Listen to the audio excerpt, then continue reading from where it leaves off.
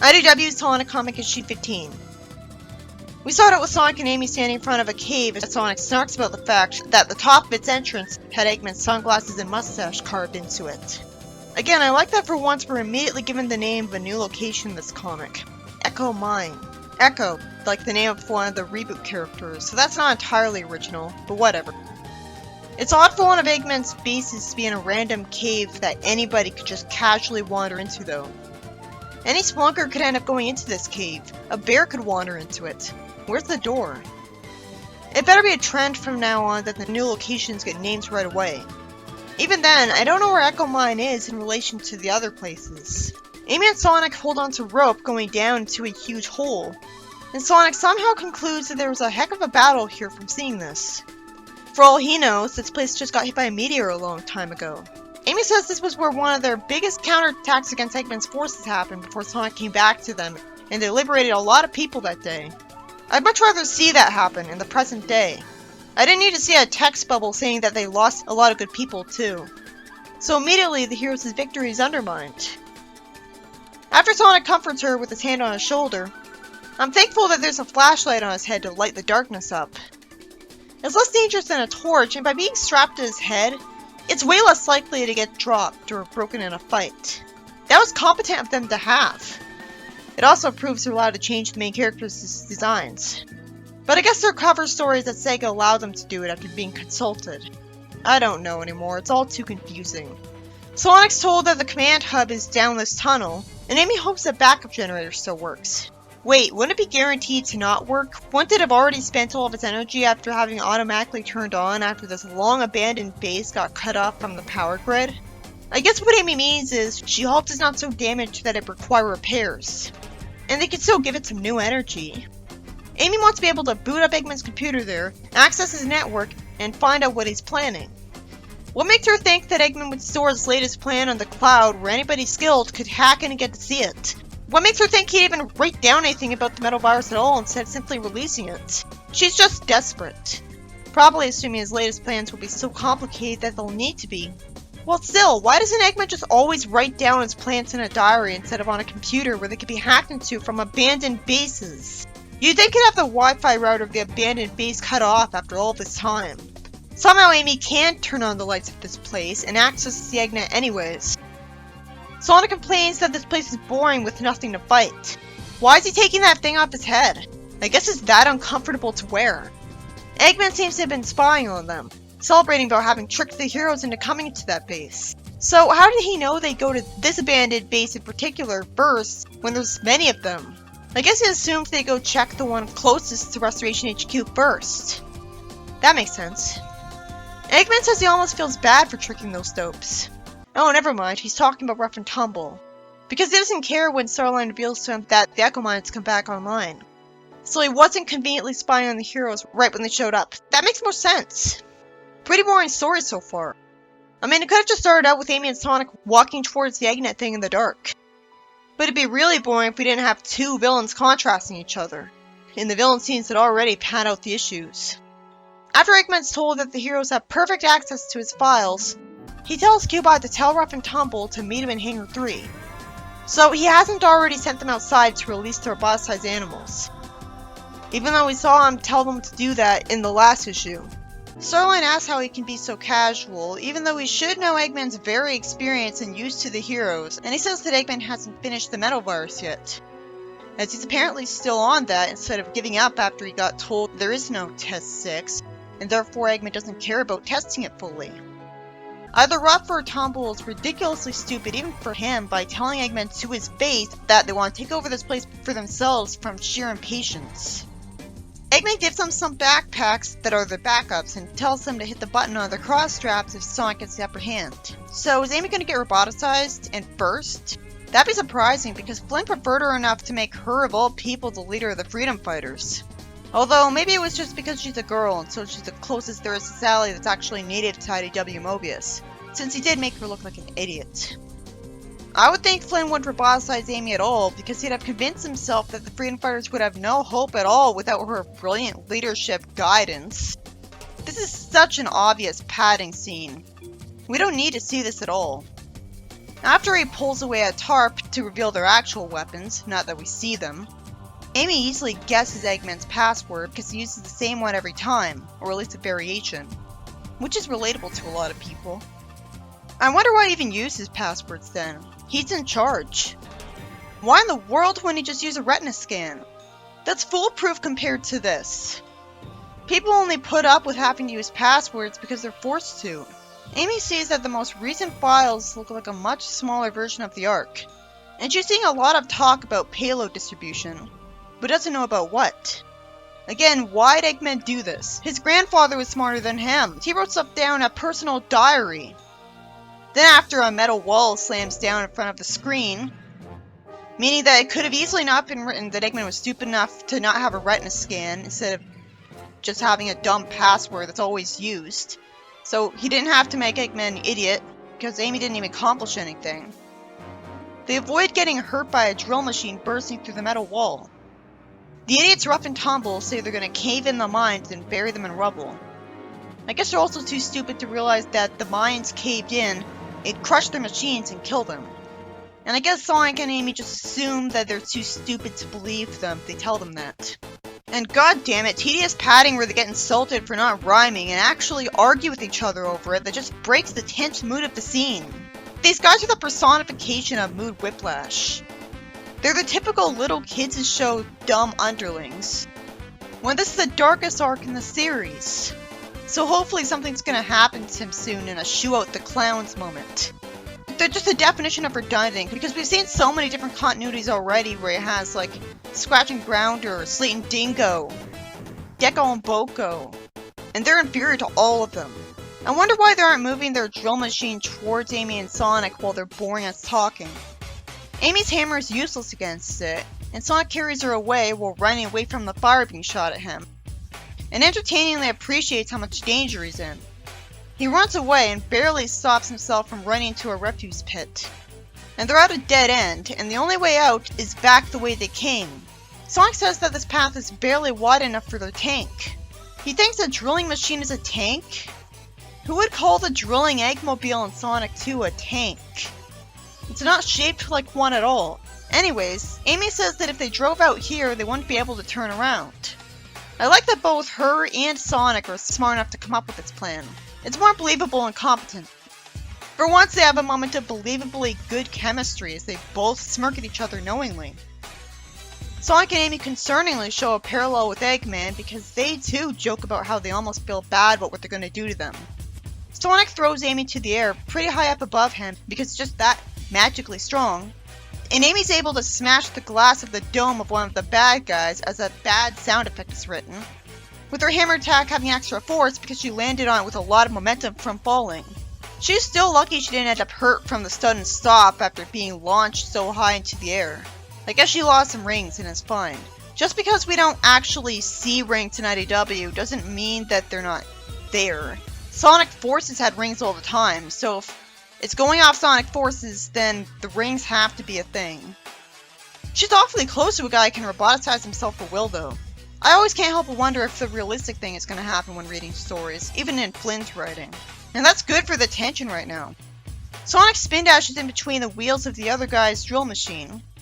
At least the drill machine doesn't look like the one from Sonic 2, so it pretends to be original at first glance and feels a bit more exciting than it would otherwise. But it's still uncreative when you think about it. It falls towards a big hole, and one of the bad guys asks why Eggman didn't give them flamethrowers or bazookas instead of this big tank. He's calling it a tank too? It's not green. Eggman just doesn't like them, that's why. And he wants them to get to the point where they'll have to use their backup. It was a trap for them. Good thing for them, they avoided falling into the hole to their death just in time, because they thought to get out of the tank fast enough. That's lucky for them, because they could have easily not end up roboticized at all, because the tank would be so heavy that it'd fall into the hole before they get a chance to get out of it. Amy says to tell her where Eggman is so they'll go easy on them. She's just desperate to motivate them and have an easier fight. Or lying. It's moral of her to say this. They press a button on the thing strapped to their chest to activate Eggman's backup plan. Gray goo comes out of the machine as I'm intensely anticipating seeing what the hell their new designs are going to look like and hoping it won't be terrible. Not just so used to Archie where, say, Metal Sally looked terrible and it kind of ruined every panel she was in. Because her eyes were like black and red. I'm so satisfied that it's happened to them. I'm sorry it sounds sadistic. I hope I'm not the only one who hates them for being such idiots. Scratch and Grounder were idiots, but even they grew on me after a while. They turn into robots with expressions that look like they're stoned. Ooh, real scary. I have no idea why the one on the left turned blue. The one on the right looks better than him. Although still, I'm wondering why he didn't retain his original color. I guess because the metal virus wasn't fully tested, it makes sense that it's not 100% perfect at replicating the colors, but it's still mostly good at it. Well, whatever. I hate that they have light pink pupils instead of black. Black and red is cooler looking than red and pink, and that's inconsistent with a robot rabbit. Like, it was so easy to get it right. They try to punch the wall as Sonic gets out of the way. Part of the tension here is that the heroes have no idea that the roboticization is infectious. Of course, I don't buy for a second that Flynn would have Sonic roboticized here, because he's a main character of the series, or even if he did, since that did happen in issue 39 in Worlds Unite, I'm sure it'd be undone in a few issues, so it'd be saved until they're really close to a cure. At least that's me thinking in pure meta logic. And I've heard he likes Amy, so thinking in meta logic, there's probably no danger to her.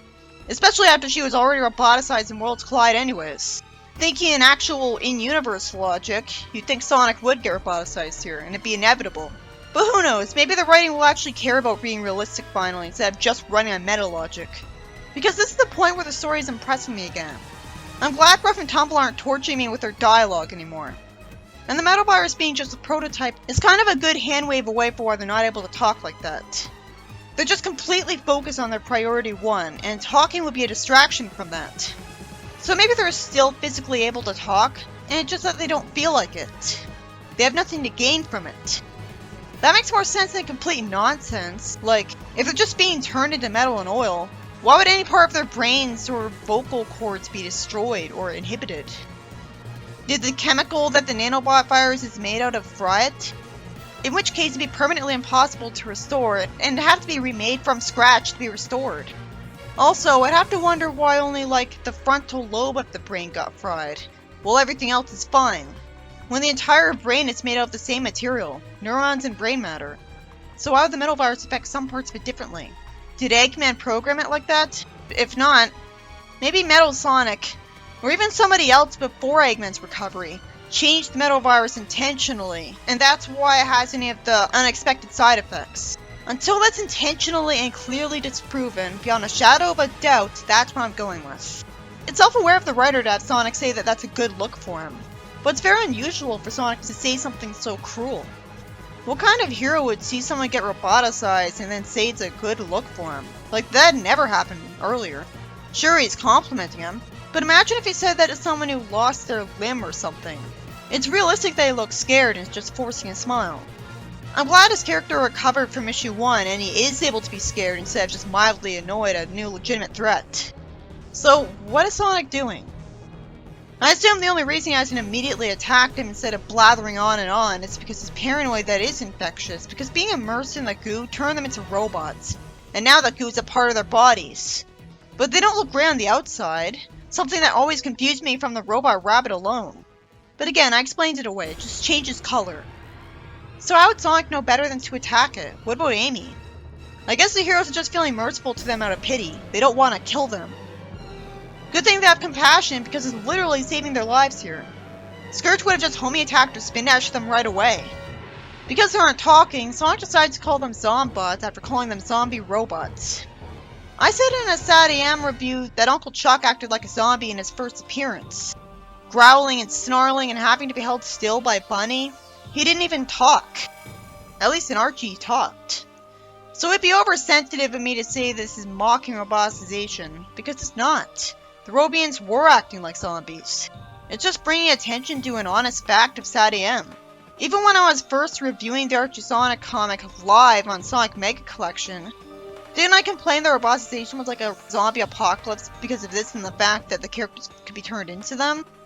This is way darker than that because it literally is infectious now. So it's not even just a comparison anymore.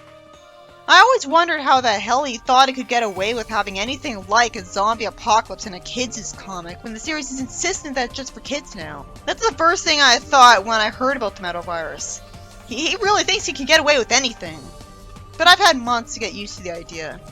Regardless, I'm not sure I want to call them zombots. Not only does it sound stupid, but that'd be pretending it's a new idea, when functionally it's just an old one with a twist. Zombie fiction is extremely common. It's the most overused cliche thing ever. So, it's not entirely new. Just new to Sonic, which is the important thing, I guess. Sonic touches back. Oh, but it requires repeated exposure to roboticize. Okay, fine. Doesn't make any sense to me, because it doesn't require repeated exposure to radioactive waste to get poisoned by it, but whatever. It's that magical. It'd be way too overpowered for the heroes' survival to be believable otherwise, I guess. Even though if Eggman's capable of making a freaking metal virus all by himself like it's nothing, you'd think he'd be roboticizing on touch right away at that point. But that argument could be dumb. Like, for example, it's the year 2020 right now. You'd think we'd have the best internet speeds ever if we even have internet at all. Wait a minute, roboticization by touch? That was done before. That was done in issue 104 of Archie. There was a whole big deal made out of it. I just forgot about that because it was done against humans. And I thought the metal virus was new. It's only a big deal that people remember because Eggman succeeds against Mobians an entire arc this time. In Archie, we were too distracted by the fact that it was confusing that humans returned to statues instead of actual robots. And they weren't infectious. Amy smacked one of them with a hammer, and it's freaked out at him losing his arm. Why would they be that fragile? Oh, well I guess she has such super strength, which is required for her to be able to hurt robots at all, that of course when applied to a person, her hammer would break off their arm. I just expect it to be tougher when it's made of metal now. Why would Eggman choose the weakest metal ever for this? Well, that's because in a stunning moment that kinda impressed me, they can just heal themselves. It grows back immediately. Gamma said he had an auto recovery system if you talked to him in the hub world in SA1. So this idea doesn't come out of nowhere. Especially since the metal virus is made of nanobots, gray goo. It has to be. How the hell could something that just liquid have programming? So of course nanomachines would be able to repair damage. Like they're known for replicating themselves. Therefore they can replicate themselves to be a virus. I just have to wonder where the extra metal for the new arm came from. I guess out of thin air. It just roboticized the air. Took advantage of the carbon and carbon dioxide or something. That's how nanobots have to be able to make more of themselves. That's surprisingly brilliant of Eggman. I never expected that. I guess it is mandatory to establish it to explain why none of the heroes will end up killing the Robians when they inevitably have to injure them, because they can only hold back so much. But that's not really mandatory. They could just hit them a little and then run away. I'd assume they'd avoid attacking them entirely out of compassion. I always felt like them injuring a Robian when they had to attack it would be an inevitability ever since I started reading Archie. It's surprising it took this long. I love how compassionate Amy was there. Actually apologizing even though he doesn't deserve it. Even though he's her enemy. So it's moments like this that really show you how nice she's supposed to be. Sonic then spin dashes at the head of one of them just after Amy says that she doesn't think they can be hurt. Whatever happened to repeated exposure roboticizes right away? That's the second time he's touched them. I'm under the assumption that by the time he was told that they can't hurt them, he was already in the air and jumping towards them. So by the time she warned him, it was too late. If we had seen him standing on the ground after she said that, I would have never forgiven him for being so stupid. He keeps attacking him, gets it all over him, and throws him into the hole. Is the comic really gonna have the guts to have him roboticized? It would be unique of a continuity of Sonic to have Sonic, the main character, be roboticized permanently. But it'd also be insanely overpowered of Eggman's side. Because logically you'd think a zombie with super speed would just instantly zombify everybody. Eggman said the repeated exposure is what causes roboticization, but it got all over him. It was responsible of him to smack them into the hole to prevent them from bothering anyone else. At least Sonic lampshaded that he played it rougher than he wanted, and he actually justifies it correctly. So it avoids being an out-of-character moment. I'm still proud of him, though. And the story ends with the villains gloating as I wonder if the comic's gonna have him not actually get roboticized and chicken out with the excuse they washed it off just in time. Or are they gonna develop a cure immediately? Or if it's gonna do what I thought SCC Online would after the smear campaign arc and get rid of Sonic from the comic entirely, which was understandable for a jerk like Fleetway Sonic. But not for what's possibly the nicest Sonic I've ever seen. Maybe I just really appreciate how nice he is because of how he was snarky and sarcastic as a civilian in the first issue.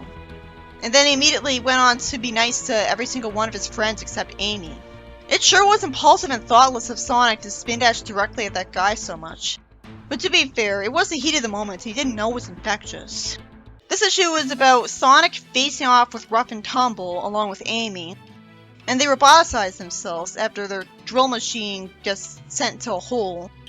And because he doesn't know that it's infectious, Sonic spin dashes them a whole bunch when he could have very easily simply knocked him into the hole. Like, why did he have to spin dash at him more than just the one time that it'd take to send him into the hole? But again, it was the heat of the moment. They didn't know that it was infectious, so they didn't have a reason to think that they should avoid attacking them directly. Like, it could have easily gone a different way than it did. It could have very easily been that Amy smacked him with a hammer and sent them both into the hole. Both of them had different targets. So that just happened to be the way the fight ended. It is believable. It could have easily not been that Sonic would have the great goo all over him. I immediately read the next issue after this. That's not something that ever happens with this comic. That's how interested it made me, because holy shit, that's a really depressing and tense ending. He did kill off Sonic no problem in his other M comic, not to mention in Big Trouble Little Planet, his fanfiction. I'm just not sure if he'd think he could get away with it in the official comic.